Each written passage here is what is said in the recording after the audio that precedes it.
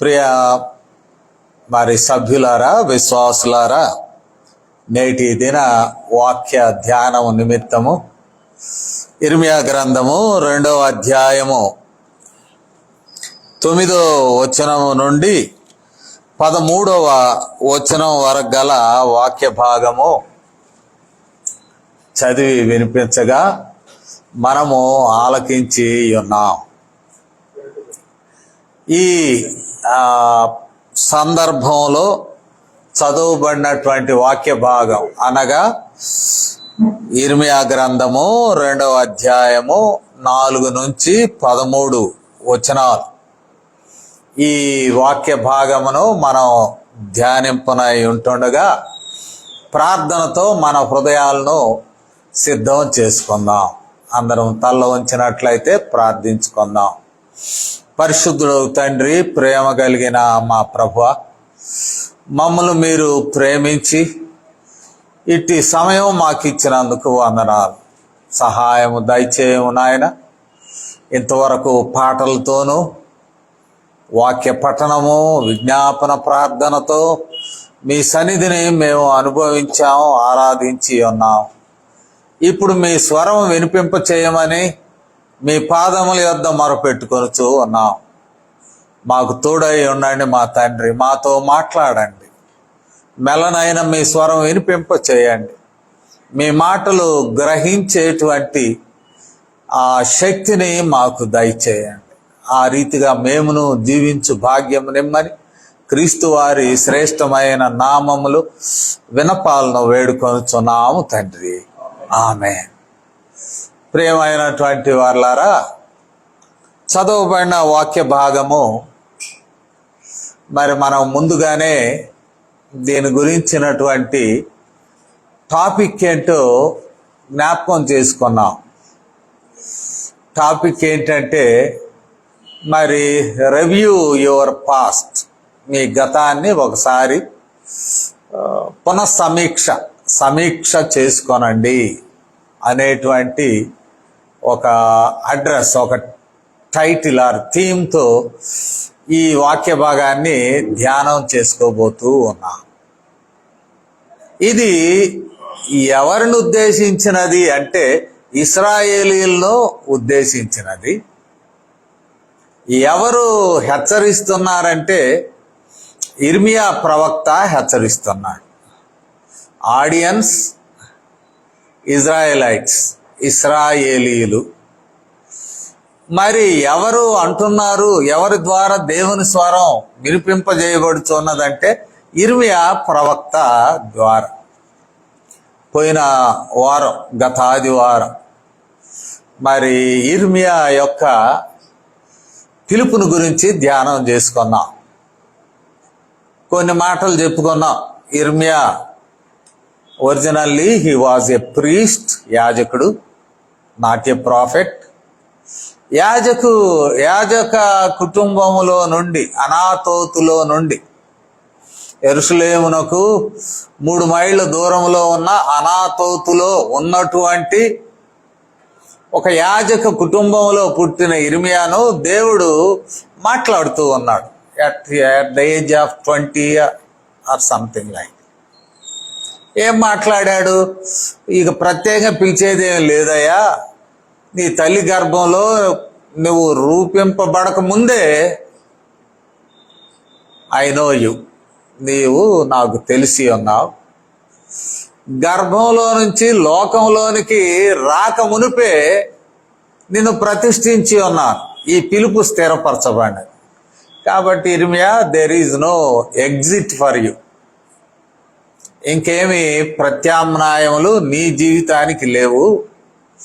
నిన్ను పిలిచానంతే, నీవు ఇప్పుడు స్పందించాల్సిందే, ఇంకా ఆలోచించడానికి లేదని ఒక బలవంతంతో కూడినటువంటి ఒక అసైన్మెంట్ ఇర్మియాకి ఇవ్వడం జరిగింది. నాకు పిలుపు లేదు ప్రభు అనడానికి లేదు. అప్పుడే అమ్మ కడుపులో రాకముందే నిన్ను తెలుసుకున్నాను. భూమి మీదకి తల్లి గర్భంలో బయటకు రాకముందే నిన్ను ప్రతిష్ఠించాను. కాబట్టి సాకులు చెప్పడానికి లేదు అంటాడు. అది లాస్ట్ వీక్ మనం ధ్యానం చేశాం. ఇంత ఖచ్చితమైనటువంటి ఫోర్స్ఫుల్గా ఈ పిలుపును ఇర్మియాకు యెహోవా దేవుడు ఇచ్చాడు అని అంటే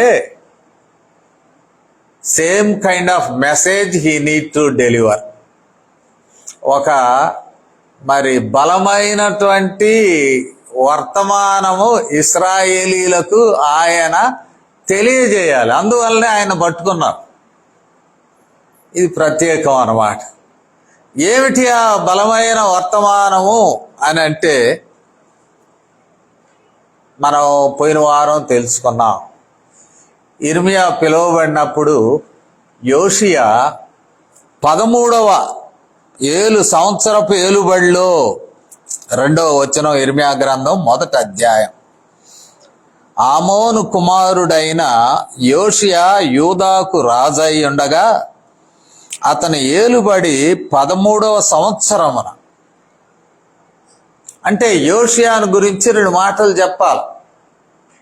యోషియాను పాత నిబంధనలో ఒక రిఫార్మర్, సంస్కర్తగా తీసుకుంటాం.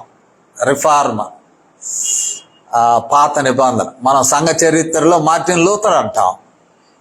మరి ఇశ్రాయేలీల చరిత్రలో యోషియా, కింగ్ జోసియా గ్రేట్ రిఫార్మర్. అది మనము తెలుసుకొనవలసినటువంటి విషయం. ఎప్పుడైనా మరి వీలుంటే, ఎప్పుడైనా, ఇప్పుడు కాదు, 2వ రాజుల గ్రంథం 22వ అధ్యాయం నుండి 23 వరకు మీరు చదివితే యోషియా ఎవరు, ఎలాంటి సంస్కరణలు తెచ్చాడు అనేది మనకు తెలుస్తూ ఉంది.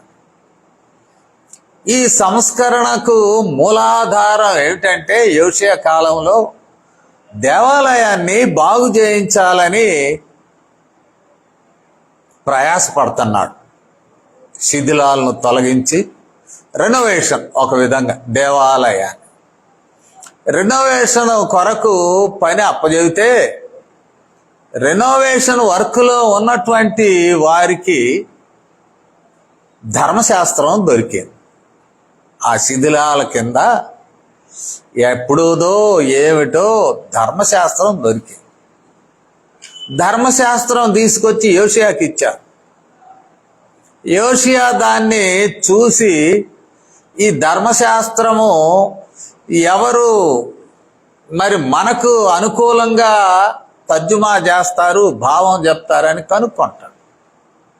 కనుక్కుంటే మనకు ఆ భావం ఒక స్త్రీ చెబుతుంది, ఒక ప్రవక్తని. దానిని బట్టి దేశంలో సంస్కరణలో మొదలుపెట్టాడు. అంటే యోషియా కాలంలో జరిగినది ఏంటంటే ధర్మశాస్త్రము దేవాలయంలో దొరికింది. ధర్మశాస్త్రాన్ని జాగ్రత్తగా చదివించాడు, భావీకరింపజేశాడు. భావీకరింప చేసిన తరువాత ఆచరణకు పురికొల్పాడు. అంటే రాజ్యము సంస్కరింపబడుతూ ఉన్నది. ఈయన యొక్క 13వ ఏట ఇర్మియాని పిలిచారు. అంటే సంస్కరణలో భాగముగా ఈ యోషియా కాలంలో ఇర్మియా మరి బాధ్యతను తీసుకొనడం జరుగుతూ ఉన్నది.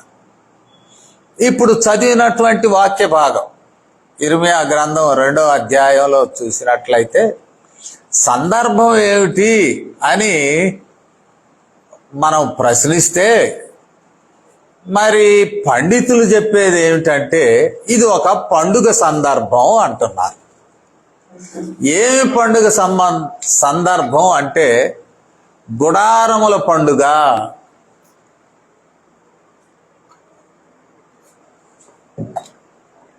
హెబ్రీయులు లేక ఇశ్రాయేలీయులు గుడారముల పండుగను సుక్కోతు అనే పేరుతో పిలుస్తారు. అంటే మన ఆధునిక కాలంలో కూడా కొందరు సంఘాల వాళ్ళు గుడారముల పండుగని జరిపిస్తూ ఉంటారు. కానీ వాస్తవంగా గుడారముల పండుగ అనేటువంటిది ఇది ఇశ్రాయేలీల పండుగ. దానికి ఒక ప్రత్యేకత ఉన్నది. వ్యవసాయ పండుగ. వ్యవసాయం అంటే పొలాల్లో పంట వేసుకొని ఆ పంటను సమకూర్చుకొను సమయంలో, హార్వెస్టింగ్ టైంలో ఊరి వెలుపట గుడారాలు వేసుకొని గుడారాల్లో వాళ్ళు కొద్ది కాలం, షార్ట్ టైం వాళ్ళు జీవిస్తూ ఈ పండుగ చేసుకుంటారు. విచిత్రంగా ఉంది కదా. వ్యవసాయ పండుగ ఏంటి, గుడారాలు వేయడం ఏంటి? ఈ గుడారముల ఉద్దేశం ఏంటంటే, ప్రియమిత్రులారా, ఈ సమయంలో మనకు ఒక పొలం దొరికింది, పొలంలో వ్యవసాయం చేయగలిగాం. ఈ వ్యవసాయపు పంటను మనం ఇళ్లలోకి తెచ్చుకోగలుగుతున్నాం. కానీ పూర్వం మన పూర్వీకులు ఆ ఎడారిలో, అరణ్యంలో ఈ గుడారాలు వేసుకుంటూ 40 ఏళ్ళు బాధలు పడుతూ తిరిగారు. Let us remember, let us live like that. ఇలాగనే మనం కూడా మరి జీవించి ఆ విషయాన్ని జ్ఞాపకం చేసుకుందాం. జర్మనీలో ఒకసారి మా స్నేహితుడు ఇలాంటి పండుగ చేసుకునేటువంటి ఒక స్థలానికి తీసుకెళ్ళాడు. దే యాక్ట్ ద హిస్టరీ, చరిత్రను నిజముగా ఆచరించి ఒక నెల పాటు అన్ని గుడారాలు వేసుకున్నారు. ఆడగూడా అంటే ఇశ్రాయేలీల్లాగా కాదు, వేసుకుని చరిత్రలో వాళ్ళు ఎట్లా భోజనం వండుకున్నారు, ఎట్లా గింజలు దంచుకున్నారు, ఆఖరికి తోళ్ళు ఎట్లా ఊనారు, చెప్పులు ఎట్లా కుట్టారు, ఇస్త్రీ అంటే లాండ్రీ వర్క్ ఎట్ట నడిచింది, వ్యవసాయం ఎట్ట నడిచింది, పశువులు ఎలా ఉన్నాయి, అరుకలు ఎలా కట్టారు, ఇవన్నీ కూడా గుడారాల్లో వాళ్ళు ప్రదర్శిస్తున్నారు.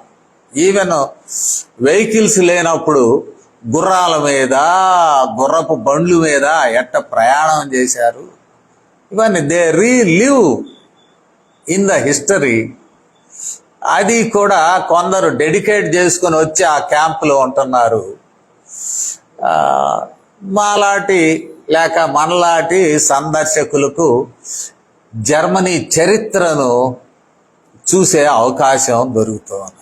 సేమ్ థింగ్ సుక్కోతు పండుగ కూడా అలాంటిదే.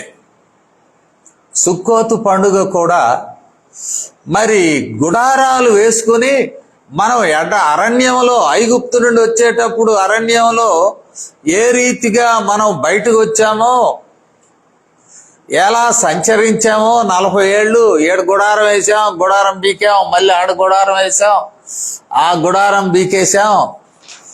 ఈ రీతిగా మనం ఎట్లా సంచరించామో, ఈ సంచరించినటువంటి విధానం ఏ రీతిగా ఉన్నదో వారు యాక్ట్ చేసి చూపిస్తూ జీవిస్తూ, ప్రభువా ఆ స్థితి నుండి ఈ స్థితి వరకు ఇప్పుడు మేము సంచారం కాదు, నిలకడగా ఉన్నాం, భూములు ఉన్నాయి, మాకు వ్యవసాయం చేసుకుంటున్నాం, పండించుకుంటున్నాం, ఇప్పుడు తింటున్నాం, వందనములు అని చెప్పడానికి సుక్కోతు అనే పండుగ, గుడారముల పండుగ. ఈ సందర్భంలో ఇర్మియాకు దేవుని వాక్కు వచ్చింది, నువ్వు చెప్పవయ్యా ఇక ఈ జనానికి అని చెప్పడం మొదలుపెట్టాడు. ఒక విధంగా ఇది కన్ఫ్రంటేషన్, వారితో ఒక పోట్లాట లాంటిది. పోట్లాట అంటే మరి శత్రువుతో పోరాటం కాదు. మనం పోట్లాడతాం, మన బంధువులతో పోట్లాడతాం, మన సొంత వాళ్ళతో పోట్లాడతాం, ఇన్నాళ్ళకు గుర్తొచ్చావా, ఇప్పుడు వచ్చావా అని మనం ఒకరికి నిష్ఠూరంతో మాట్లాడే పోట్లాట. అలాంటిదే ఇర్మియా ద్వారా యెహోవా దేవుడు జరిగిస్తూ ఉన్నాడు. ఏమి జరిగిస్తూ ఉన్నాడు? ఇక్కడ ఉన్నటువంటి విషయాలు ఏమిటి? 4వ వచనంలో యెహోవా వాక్కు వినండి అంటాడు. ఇంట్రొడక్షన్. ఈ ఇర్మియా 2వ అధ్యాయం 4వ వచనంలో యెహోవా వాక్కు వినండి. ఎవరు అంటే యాకోబు ఇంటి వారలారా, ఇశ్రాయేలు వారలారా. వాస్తవంగా ఇశ్రాయేలు వారికి కాదు, కానీ ఇది యూదా వారికి ఈ సమాచారం.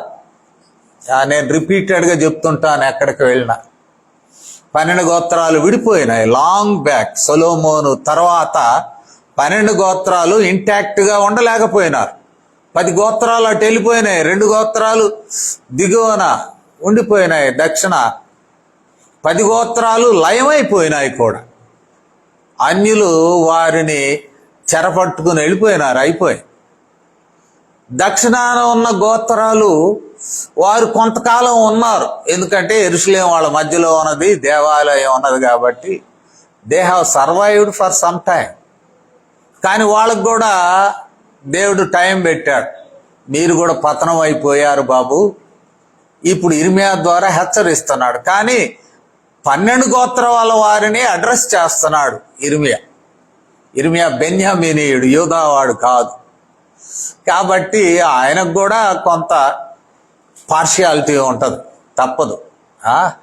అందరినీ కలుపుకుని మాట్లాడుతున్నాడు. ఇశ్రాయేలు వారలారా, యాకోబు సంతతి వారలారా, ఇప్పుడు యెహోవా వాక్కు, ఆయన కన్ఫ్రంటేషన్ వినండి అని చెప్పడం మనం చూస్తున్నాం. ఇక 5వ వచనం నుండి మనం ముందుకు వెళదాం. 5వ వచనం నుండి, ఇప్పుడు వినండి, యెహోవా ఇలాగు సెలవిచ్చుచున్నాడు. మీ దేవుడు యెహోవా దేవుడు కదా యూదా వారలారా, లేక ఓవరాల్ 12 గోత్రముల వారలారా. ఆయన్ని దూరం చేసుకోవడానికి ఏంటి అసలు మీ ప్రాబ్లం ఏంటి? యెహోవాను ఎందుకు దూరం చేసుకున్నారు? యెహోవా దేవుడు ఏమైనా దుర్నీతి పరుడా, నీతి తప్పినటువంటి వాడా? అనేక కీర్తనల్లో ఉంటుంది, యెహోవా ఆయన సింహాసనము నీతియు సమాధానము మీద కట్టబడిన సింహాసనము అని. మరి నీతి తప్పినవాడా యెహోవా దేవుడు? నీ దేవుడైన యెహోవాలో ఏ దుర్నీతి చూసి యెహోవాను యూదాలోనే, యెరూషలేములోనే, దేవాలయ పట్టణంలోనే ఉంటూ అన్య దేవతల వైపు మీరు వెళ్ళిపోయారు. మీ దేవుడినైనా యెహోవాను నేను నాలో ఏ నీతి తప్పిన స్థితి మీరు చూశారు. ఈ దినాన మనము ఎవరిని మనం ఏమంటామంటే విమర్శించాం, కానీ యెహోవా దేవుడు పరిశుద్ధుడు, ఆయన పరిశుద్ధుడు. యేసు క్రీస్తు వారు కన్య గర్భమున పరిశుద్ధాత్మ వలన ఆయన జనించినవాడు, పరిశుద్ధునిగా జీవించాడు, పవిత్రమైన రక్తమును కార్చాడు. ఆయన ప్రాణం పెట్టి తిరిగి లేచి మరి తండ్రి యొద్దకు వెళ్ళాడు. ఆ కారణాన మనకు కూడా పవిత్రతను ఇస్తూ ఉన్నాడు. ఆయన రక్తములో మనల్ని పవిత్రపరుస్తూ ఉన్నాడు. ఇది ప్రత్యేకత, యేసుక్రీస్తు వారి యొక్క ప్రత్యేకత, ఈ తండ్రి అయిన యెహోవా దేవుని ప్రత్యేకత. పవిత్రులు, పరిశుద్ధులు. ఇశ్రాయేలీయులారా, ఏం చూశారు వారిలో అపవిత్రత? ఎందుకు ఇంకొకరు ఎంటబోతున్నారు మీరు? ఇది మెయిన్ కంటెన్షన్. మీరు అట్లా మరి వెళ్ళడానికి కారణం ఏంటి? మీ పితరులు ఏం చేశారంటే వ్యర్థమైన దానిని అనుసరించి వారు వ్యర్థులు అయినారు అంటాడు. నాలో ఏ అవినీతి చూసి మీ పితరులు నన్ను కాదనుకొని యెరూషలేములోనే ఉంటూ, యూదా ప్రాంతంలో ఉంటూ వ్యర్థమైన ప్రయోజనము లేనటువంటి దేవతల వైపు వెళ్ళారు. ప్రయోజనం లేని దేవతల వైపు వెళ్ళి వీళ్ళు కూడా వ్యర్థులైపోయినారంట. అందుకనే కొంతమంది అంటారు, నీ స్నేహితుడు ఎవరో చెప్పు, నువ్వు ఎలాంటి వాడవో నేను చెప్తానంటారు. Tell about your friend and I will tell about you. అట్లాగనే వ్యర్థమైన దానిని మీరు వెంబడించారు, వ్యర్థులు అయ్యారు. ఇది ఇశ్రాయేలీయుల మీద జరుగుతున్న యెహోవా దేవుని యొక్క పోట్లాట, వ్యాజ్యం. ఒక విధంగా చెప్పండి, ఏంటి ఏం చేసి, ఇది ఒక భార్యాభర్తల కొట్లాట లాంటిది. నేను నిన్ను మరి ప్రత్యేకంగా నిన్ను తీసుకున్నాను. ఈ 2వ వచన చివరి భాగం 2వ అధ్యాయంలో ఈ ఇమేజరీ వాడతాడు. 2వ అధ్యాయం చివరి భాగంలో, నీ యవ్వన కాలంలో నీవు చూపిన అనురాగమును నీ వైవాహిక ప్రేమను నేను జ్ఞాపకము చేసుకొనుచున్నాను. యెహోవా దేవుడు ఇశ్రాయేలు అనే వధువును వివాహ సంబంధము లాంటి ఒక ఇంటిమేట్ రిలేషన్ మెయింటైన్ చేసి ఇప్పుడు ఒక భర్త భార్య మీద కొట్లాడుతూ ఉన్నాడు. ఏమంటున్నాడంటే, ఏ దుర్నీతి నాలో చూసావు, ఏ తప్పు నాలో చూసి ఇంకొక వైపు వెళుతున్నావు, నన్ను విడిచిపోవడమే కాకుండా మీరు వ్యర్థమైనటువంటి వాటిని వెంబడించి మీరు కూడా వ్యర్థులైపోయారు. వ్యర్థమైనటువంటి వాటిని వెంబడించి మీరు కూడా వ్యర్థులైపోయినారు. అయితే సమస్య వచ్చినప్పుడైనా యెహోవా దేవుని విచారించారా? సరే, పోయారు, వ్యర్థమైన వాటి వైపు వెళ్ళారు, మీరు వ్యర్థులు అయ్యారు. At least when you get in to trouble, Jehovah దేవుని గురించి ఏమన్నా మీరు ఆలోచించారా? ఇక్కడ మనం గమనించినట్లయితే ఈ దిగువ భావంలో అంటాడు, 6వ వచనం, ఐగుప్తులో నుండి మిమ్మును రప్పించిన యెహోవా ఎక్కడ ఉన్నాడని అరణ్యంలో, అనగా ఎడారులు గోతులు గల దేశంలో అనావృష్టియు గాఢాంధకారము కలిగి ఎవరును సంచారమైనను నివాసమైనను చేయని దేశంలో మమ్మును నడిపించిన యెహోవా ఎక్కడ ఉన్నాడని జనులు అడుగుట లేదు. ఇది ప్రత్యేకమైనటువంటి, జనులు అడుగుట్లేదు యెహోవా ఎక్కడున్నాడు. ఆ రోజున అరణ్యంలో వారు వస్తూ ఉంటే జరిగినటువంటి మరి సహాయము, దొరికిన సహాయం ఏంటి? అరణ్యములో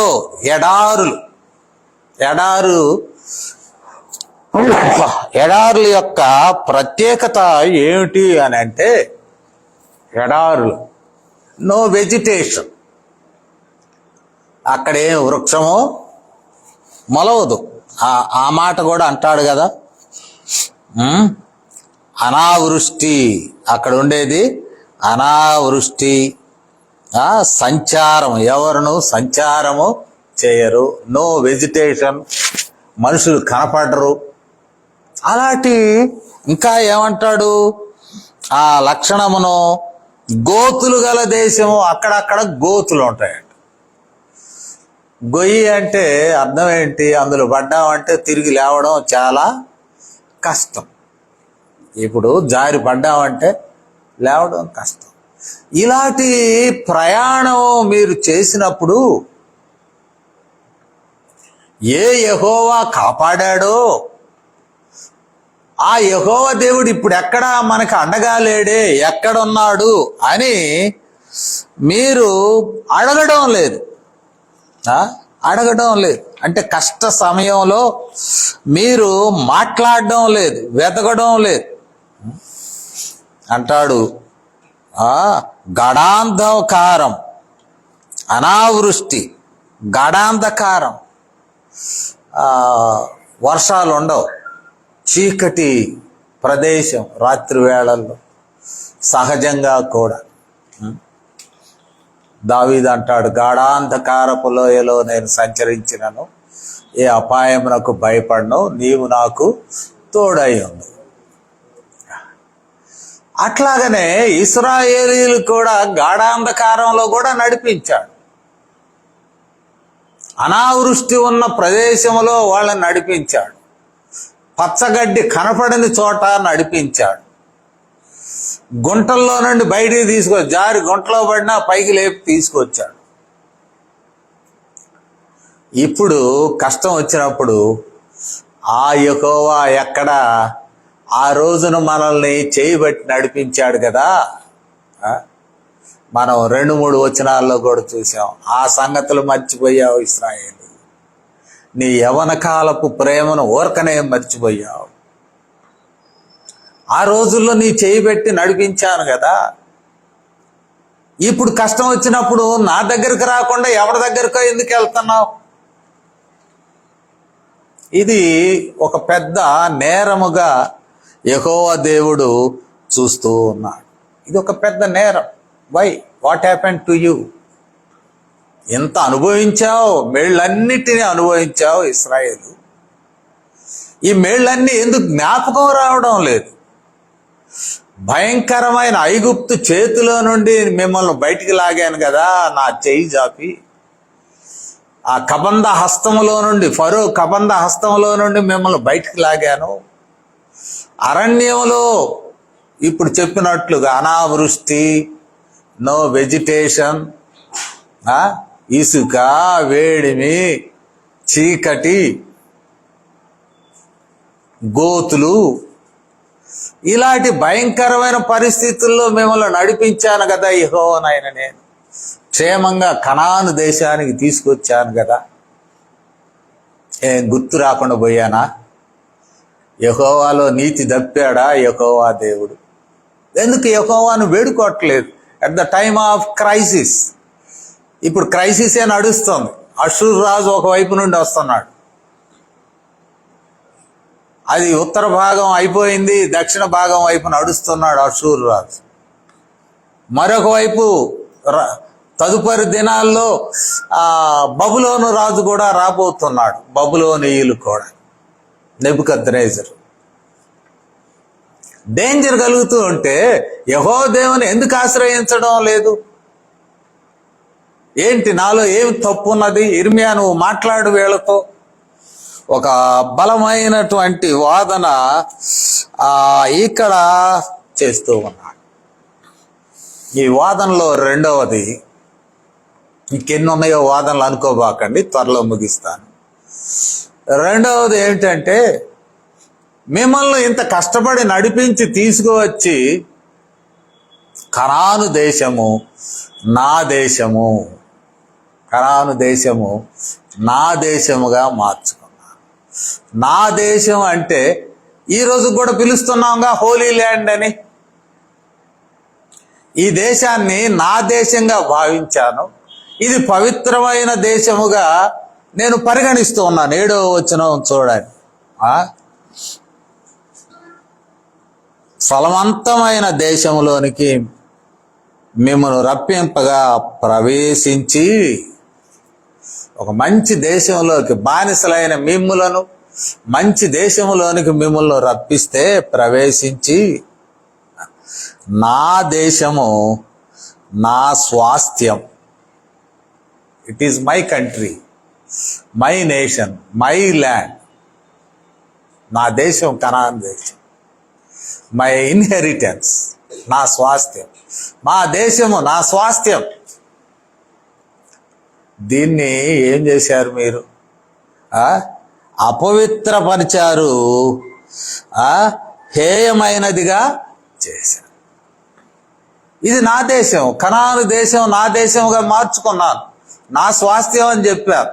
మీరు ఈ దేశాన్ని కూడా అపవిత్రం చేశారు. ఇది మరొక నేరముగా మనం చూస్తాం. మీకు కష్టం వచ్చినప్పుడు నేను ఎడారుల్లో నడిపించిన నన్ను మర్చిపోయి నన్ను వేడుకోవడం లేదు, యెహోవా ఎక్కడున్నాడని అనడం లేదు. ఏ నీతి దప్పిన వాడిని అనుకున్నావా మీ దేవుడైన యెహోవా? రెండవది, మిమ్మల్ని తీసుకొచ్చి కనాను దేశమును పవిత్ర దేశముగా మార్చి నా స్వాస్థ్యము, నా దేశము, నా దేశములో నా ప్రజలను పెట్టాను అని ఈ దేశమునే whole land as holy land కనాన్నిగా మార్చుకుంటే దీన్ని మీరు హేయం చేశారు, దీన్ని అపవిత్రపరిచారు, పొల్యూటెడ్. అంటే యెరూషలేము దేవాలయాన్ని కూడా వీళ్ళు నాశనం చేసినట్లే. హేయ క్రియలు, విగ్రహాలను తీసుకొచ్చి విగ్రహాలకు పూజలు చేసి యెరూషలేము దేవాలయాలు, అది వేరొక సందర్భంలో మనం చూస్తాం. నన్ను పొల్యూట్ చేశారే, నా దేశాన్ని పొల్యూట్ చేశారే, నా స్వాస్థ్యం అనుకున్న దాన్ని పొల్యూట్ చేశారు, నా భూభాగం అనుకున్న దాన్ని పొల్యూట్ చేశారే. ఇది రెండవ ఆర్గ్యుమెంట్. రెండు చెప్పాడు. వాస్తవం కదా, దేవుడు నాది, మీ దేహాలు మీవి కాదు, మీరు వెలబట్టి కొనబడినటువంటి వారు. కాబట్టి మీ దేహము దేవునికి ఆలయం అయి ఉన్నది. దేవుని ఆలయమును పాడు చేయువాడు ఎవడన్నా ఉంటే వాడిని నేను పాడు చేస్తానంట. ఆ హోలీ ల్యాండ్ విషయంలో యెహోవా దేవుడు ఎట్లా ఆర్గ్యూ చేస్తున్నాడో యూదులతో, యూదా ప్రాంత ప్రజలతో, ఈ రోజున మనతో కూడా, మీరు మీ సొత్తు కాదు, కొనబడిన వారు, వెలబెట్టి కొనబడిన వారు. You are not of your own. మిమ్మల్ని ఆయన కొన్నాడు, తన రక్తంతో శిలువ మీద రక్తం కార్చి ఆయన కొన్నాడు. మీ దేహాన్ని పవిత్రంగా ఉండాల్సిన, మీ జీవితాన్ని పవిత్రంగా ఉంచాల్సినటువంటి మీరు హేయంగా మార్చారు. లేక pure land has become polluted land. ఒక శుద్ధమైనటువంటి దేశము ఎట్లా చేస్తారయ్యా? విగ్రహారాధన పెడతారా? యెరూషలేములో కూడా చేస్తారా? దేవాలయంలో కూడా చేస్తారా? ఇది ఇక్కడ మాట్లాడుతూ యు డిఫైల్డ్ ఇట్ అని చెప్తూ, మరి మీరే కాదు, మీలో ఉన్నటువంటి నాయకులు కూడా ఇదే పని చేశారు. 8వ వచనం చూసినట్లయితే, మీలో ఉన్న నాయకులు, ఒకటి యాజకులు. చూడండి ఇక్కడ, యాజకులు, ధర్మశాస్త్ర ఉపదేశకులు, ఏలికలు, ప్రవక్తలు, వీళ్ళు కూడా ఫెయిల్ అయిపోయారు. ఈ రోజున క్రైస్తవ జీవితము, క్రైస్తవ సమాజం విమర్శింపబడుతూ ఉన్నది. ఈవెన్ అన్యుల చేతను, పోలీస్ స్టేషన్స్లోను, మరి కోర్టులలోను అన్యులైనటువంటి లేక క్రైస్తవ్యానికి చెందనటువంటి న్యాయమూర్తులు ఈ దినాన మాట్లాడుతూ ఉన్నారంటే దీనిలో మీ లీడర్స్ ఫెయిల్యూర్ ఉందంటాడు. ఎవరా లీడర్స్? ఒకటి యాజకులు. యాజకులు మీరు అందరు మీ దగ్గరకు వస్తారు కదా. మన ఆరాధనలు ఎట్లా పాస్టర్ గారి బోధ వింటున్నారో, మరి అన్ని ఆలయాల్లో కూడా పాస్టర్ గారి దగ్గరకు వాళ్ళు వస్తున్నారుగా. యాజకుడు నువ్వేగా, రొట్టె ద్రాక్ష రసం ఇస్తున్నావు కదా, బోధలు చేస్తున్నావు కదా. యాజకులు ఏమయ్యారు? నా ప్రజలు జ్ఞాపకం చేయరా? అబ్బాయి, మీరు నిజ దేవుడైన యెహోవాను విడిచిపెట్టి ఎటేటో తిరుగుతున్నారయ్యా, మీ పద్ధతులు బాగలేవు అని యాజకులు అడగడం లేదే. ఆ నాయకుల్లో ధర్మశాస్త్ర ఉపదేశకులు, స్క్రైబ్స్, ధర్మశాస్త్రాన్ని ఎత్తిరాసే శాస్త్రులు ఒక విధంగా, ధర్మశాస్త్రం చదివేవాళ్ళు, ఎత్తిరాసేవాళ్ళు, దాన్ని భావీకరించేవాళ్ళు, వాళ్ళన్నా చెప్పడం లేదే. యోషియా కాలంలో ధర్మశాస్త్రం చిక్కింది కదా, సంస్కరణలు కోరుతున్నాడు కదా యోషియా. మీలో మరి ఈ సంస్కరణల కొరకు మరి బోధించవలసిన ధర్మశాస్త్ర ఉపదేశకులు ఫెయిల్ అయిపోయారు. ఇంకేమంటాడు, ఏలికలు అంటే రాజులు. ఇశ్రాయేలు రాజ్యము దైవ రాజ్యం అని వారు భావిస్తారు. అన్ని రాజ్యాలు ఉన్నాయి, దైవ రాజ్యము దేవుని అధికారము కింద ఉండేటువంటి రాజ్యము దైవరాజ్యం. మామూలుగా చెప్పుకున్నాడు దేవుని రాజ్యం. యేసు ప్రభు వారు కూడా అదేగా ప్రకటించిన పరలోక రాజ్యం, దైవరాజ్యం. ఇశ్రాయేలు రాజ్యము యెహోవా రాజ్యం అనుకున్నారు. అందువలన రాజులకు అప్పచెప్పాడు, వీళ్ళని పరిపాలన చేయండి అయ్యా అని.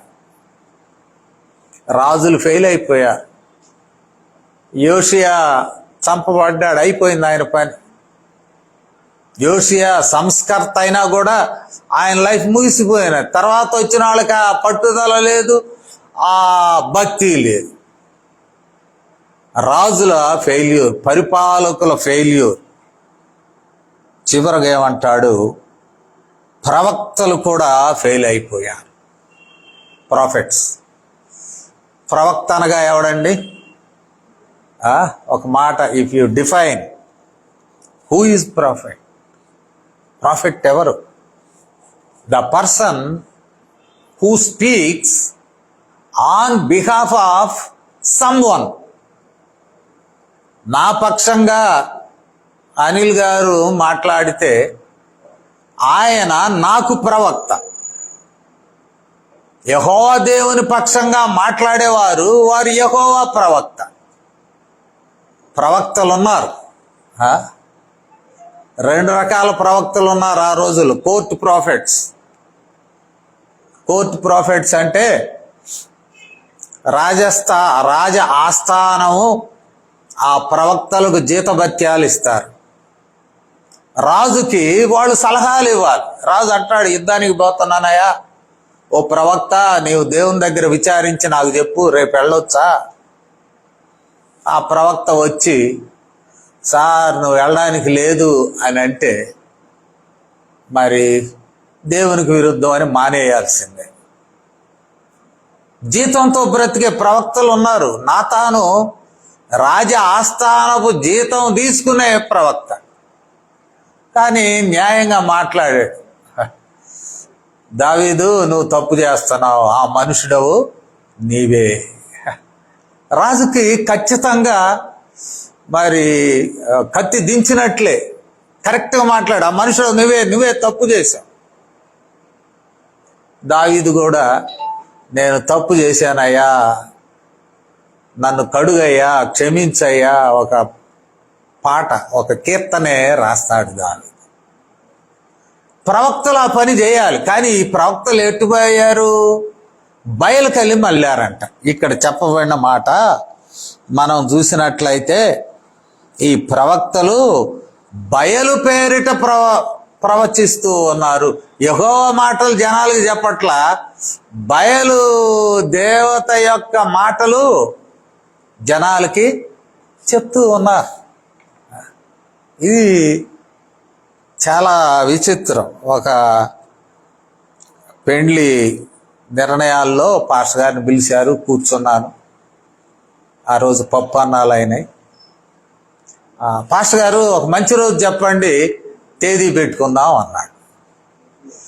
మంచి రోజు నాకేం తెలుసు అండి, అన్ని రోజులు దేవుడు బాగానే చేశాడు, ఎందుకంటే అమావాస్యకు కూడా పెళ్ళిళ్ళు చేశాం. ఇట్లా సలహా అడిగినప్పుడు మంచి రోజు ఏంటండి అంటే ఒక ఆయన అన్నాడు, నువ్వు పాస్టరు కదా, నీకు పంచాంగం తెలియదా అన్నాడు. నేను పాస్టర్ని అయితే బైబుల్ తెలుసు కానీ నాకు ఈ శకునాలు ఏమంటాం, అవి పంచాంగాలు శకునాలు తెలుసుకోవాలి సార్. పాస్టర్ గారికి ఆయన పెట్టాల ముహూర్తాలు, ఏ ముహూర్తం ఎట్ట పెడతావు?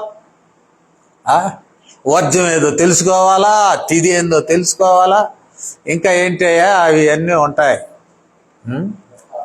ఆయా దుర్ముహూర్తం తెలియాలా, మంచి ముహూర్తం తెలియాలా, ఎక్కడ కుదురుద్ది? అందువలన ఇక్కడ అంటున్నాడు, వాళ్ళు ప్రవక్తలే కానీ బయలకు ప్రవక్తలయ్యారంట. బయలకు ప్రవక్తలయ్యారంట. ఇది చాలా కష్టమైన, ఆఖరికి ఈవెన్ డెత్ బెడ్ మామిడిపాలెం వెళ్ళినప్పుడు కూడా పాస్టర్ గారు తలకాయ ఎటు పెట్టాలా, కాళ్ళు ఎటు పెట్టాలా అడుగుతాడు అగ్గొంట్లు. తూర్పు పడమరా లేక ఉత్తర దక్షిణమా? ఉత్తర దక్షిణం కూడా పెట్టాము కొన్ని, ఎందుకంటే స్థలం లేక, ఇటు స్థలం లేక తూర్పు పడమర ఉత్తర దక్షిణం దవ్వుకుంటారు కొంతమంది. ఒక్కరో స్థలం ఆ రోడ్డు పక్కనే ఉండాలని అవి కూడా చేసాము. కానీ పాస్టర్ గారు ఎటు తలకాయ పెట్టాలా అంటాడు. ఆడికి పోయా మాకేం తెలుసు, మేము యెహోవా పేరిట త్రేక దేవుని నామములో మరి తిరిగి లేస్తాడనే నిరీక్షణతో దుమ్ముకు దుమ్ము, ధూళికి ధూళి, బూడిదకు బూడిద అని ప్రార్థన చేసేవాళ్ళమే కానీ ఎడు తలకాయ ఎటు కాళ్ళు, ఎడు తలకాయ పెడితే మరి యేసు ప్రభు వచ్చినప్పుడు లేస్తాడు. ఆ దినాల్లో అదే పరిస్థితి. ఏం చేస్తున్నారంటే వీళ్ళు బయలు పేరిట ప్రవచిస్తూ ఉన్నారు. ఇవన్నీ నేరాలు వరుసగా చెప్పుకొచ్చాడు. కష్టాల్లో యెహోవా వైపు చూడలేదయ్యా, మీకు చరిత్ర తెలుసు కదా. ఆ రోజున ఎడారిలో, గుంటల్లో, గోతుల్లో పంటలు లేనప్పుడు, దాహానికి నీళ్ళు అయినప్పుడు, మరి కడుపు గాలినప్పుడు ఏ యెహోవా మిమ్మల్ని నడిపించాడో మర్చిపోయారు. ఈ దేశాన్ని మీకు ఇచ్చి ఇది నా దేశము, పవిత్ర దేశము, హోలీ ల్యాండ్ అంటే ఇక్కడ తీసుకొచ్చి విగ్రహాలు పెట్టుకొని, బయలును పెట్టుకొని దేవాలయంలో కూడా అపవిత్రం చేస్తున్నారయ్యా. మరొక నేరము, మిమ్మల్ని కొంతమంది కేర్ టేకర్స్ కింద పెట్టాను. వాళ్ళు యాజకులు, వాళ్ళు రాజులు, ధర్మశాస్త్రోపదేశకులు, వారు ప్రవక్తలు ఏమైనారు? Failure of leaders. ఇట్లా జరిగినదే. 9వ వచనం నుండి ఇట్ ఈస్ కంటిన్యూషన్. ఇప్పుడు అంటున్నాడు, పాత తరం పాడైపోయింది.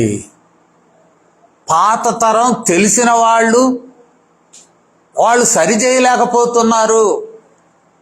మేము ఇన్నేళ్ళ నుండి సంఘాల్లో ఉన్నామండి, సాంప్రదాయం తెలుసండి, మాకు మిషనరీలు తెలుసు, వాళ్ళు తెలుసు, వీళ్ళు తెలుసు అని ఒక కష్టకాలంలో యెహోవాను పరిచయం చేయలేకపోతున్నారు. దేర్ సీనియారిటీ, దేర్ ఏమంటాం, historical knowledge had a failure. 9వ వచనం నుండి ఒక న్యూ టర్న్.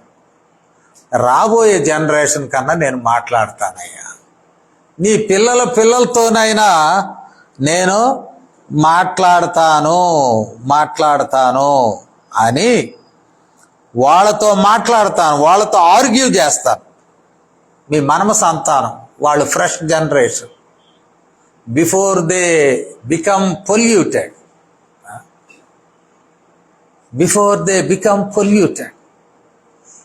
వారు పొల్యూట్ కాకముందే. ఈ ఒంగోలు పట్టణంలో 5 ఏళ్ల యువతలు పుట్టిన వాళ్ళకి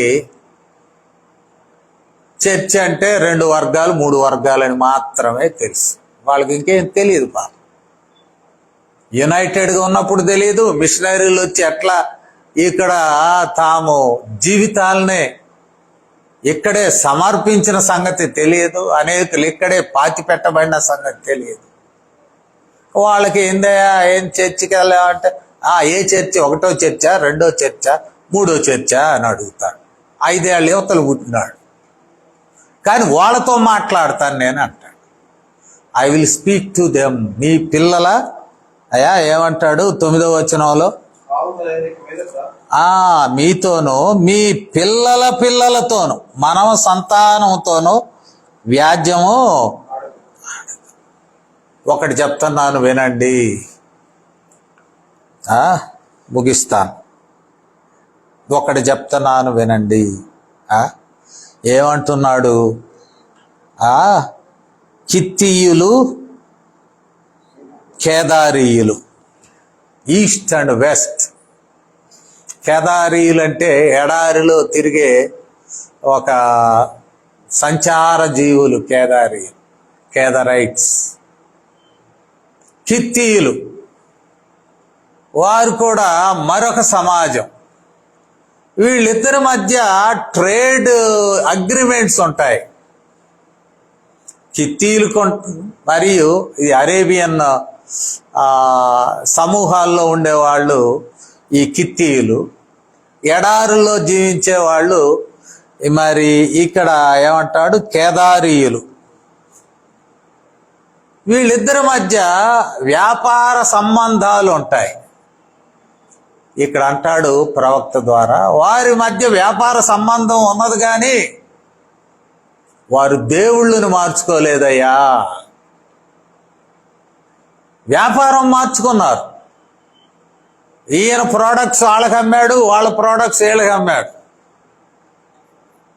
వాళ్ళు లాభాలు పంచుకున్నారు కానీ దేవుళ్ళను పంచుకోరు.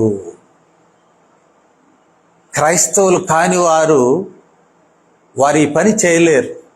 వారు నమ్మిన నమ్మకాన్ని అంత త్వరగా వదలరు.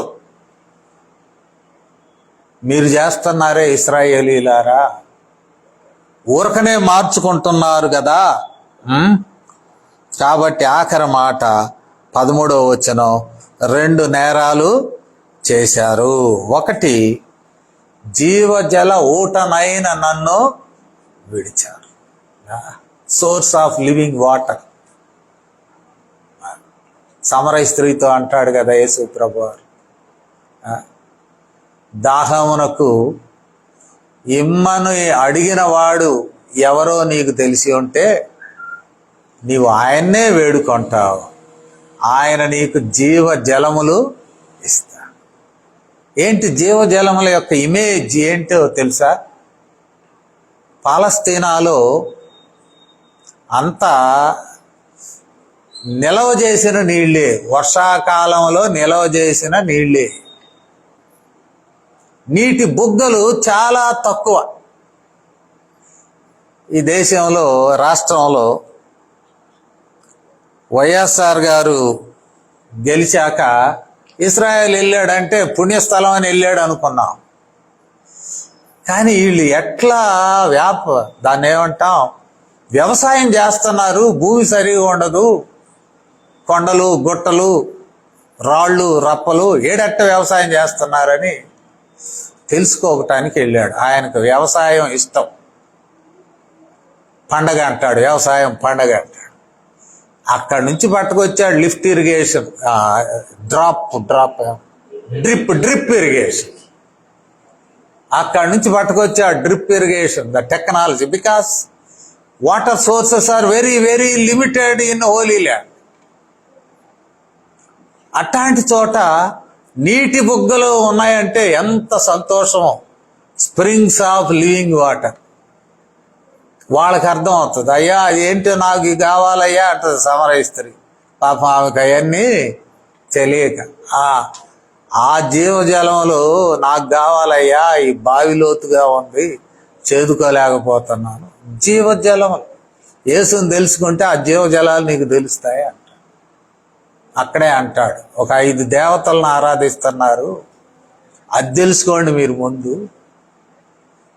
నీ యజమానుడైన అసలవాడైన యెహోవా దేవుని ఆరాధించండి, ఇవి వదిలేయండి, అప్పుడు ఈ జీవజలములు నీకు ప్రసాదింపబడతాయి అంటాడు. ఇక్కడ కూడా అదే పరిస్థితి. నువ్వు ఎవరెవరినో వెంటబడుతున్నావు, ఇశ్రాయేలు యూదులారా, నా దగ్గర జీవజలాలు ఉన్నాయి, నన్ను వెంబడించండి. రెండవది, మీ ఓన్ ఎఫర్ట్స్, వితౌట్ క్రైస్ట్. నీళ్లు నిలవని తొట్లు తొలిపించుకుంటున్నారు. ఆ తొట్లు పగిలిపోతాయి. నీళ్లు నిలవు, నీకు అవసరానికి పనికిరావు. ఇప్పుడు మీరు వెంబడించే ప్రయత్నములన్నీ అలాంటివే. కావున ఈ గతాన్ని జ్ఞాపకం చేసుకొని, గత తప్పిదాలను సరి చేసుకొని దేవుని వైపు తిరిగినట్లయితే మీకెంతో మేలు. నేటి దినమును కూడా దేవుడు మనతో మాట్లాడుతున్నాడు. యెహోవా దేవుని వదిలేసి మనం ఎటేటో వెళుతూ ఉన్నామా? యేసుక్రీస్తు వారు మన కొరకు ప్రాణం పెట్టిన రక్షకుడు, రక్తం కార్చినవాడు, విమోచించినవాడు, దుర్మార్గమైన స్థితిలో నుండి సన్మార్గంలోనికి నడిపించినటువంటి వాడు, మనల్ని ఆశీర్వదించిన వాడు, పరిశుద్ధులుగా చేసినవాడు, ఆయన్ని వదిలేసి మనం ఏదేదో ప్రయత్నములకు వెళుతున్నామా? So there will be frustration. కొద్ది రోజుల్లోనే యూదులు కూడా బబులోనుకు తీసుకొని పోబడినారు బందీలుగా. ముందే హెచ్చరిస్తున్నాడు, ఇది జాగ్రత్త సుమా, నీవు దెబ్బతింటావు, ఇశ్రాయేలు లేక యూదులారా దెబ్బతింటారని హెచ్చరిస్తున్నాడు. దెబ్బ తిన్నారు కూడా, వాళ్ళు లోబడలే. మనల్ని దేవుడు హెచ్చరిస్తున్నాడు. నిజ దేవునికి అంటుగట్టబడి, దేవుని మీద ఆధారపడి, కష్టం వచ్చినప్పుడు యెహోవా ఎక్కడున్నావయ్యా, నా చెంతకరా. యేసుక్రీస్తు గతంలో నన్ను రక్షించినవాడు, కాపాడినవాడు, నన్ను దర్శించయ్యా అని ప్రార్థన చేసుకుంటే జీవితములు ధన్యమవుతాయని మనం హెచ్చరింపబడుతున్నాం. ప్రార్థన చేస్తా. పరిశుద్ధుడవు తండ్రి, ప్రేమ కలిగిన మా ప్రియ ప్రభువా, మమ్మల్ని కనికరించి ఈ సమయంలో మాతో మాట్లాడినందుకు వందనములు. ఈ మాటలు మా హృదయంలో ఫలింపచేయండి. మా ప్రభువా, మేము యథార్థముగా ఏ దేవుడైతే మమ్మల్ని రక్షించెనో, మమ్మల్ని విమోచించెనో, అట్టి దేవుని మేము నమ్మకముగా వెతుకుటకు, పట్టుకొనుటకు, ఆయన యొక్క ఆశ్రయమును మేము కోరుకొనుటకు, తద్వారా మేలు పొందుటకు మాకు సహాయం దయచేయి. వినిన మాటలు మా హృదయంలో ఫలింప చేయమని మీ నామముకు మహిమను ఆరోపిస్తూ ఈ వినపాలను మా ప్రభువును మీ ప్రియకుమారుడునైన యేసుక్రీస్తు వారి శ్రేష్టమైన నామములో వేడుకొనుచున్నాము తండ్రి. ఆమేన్.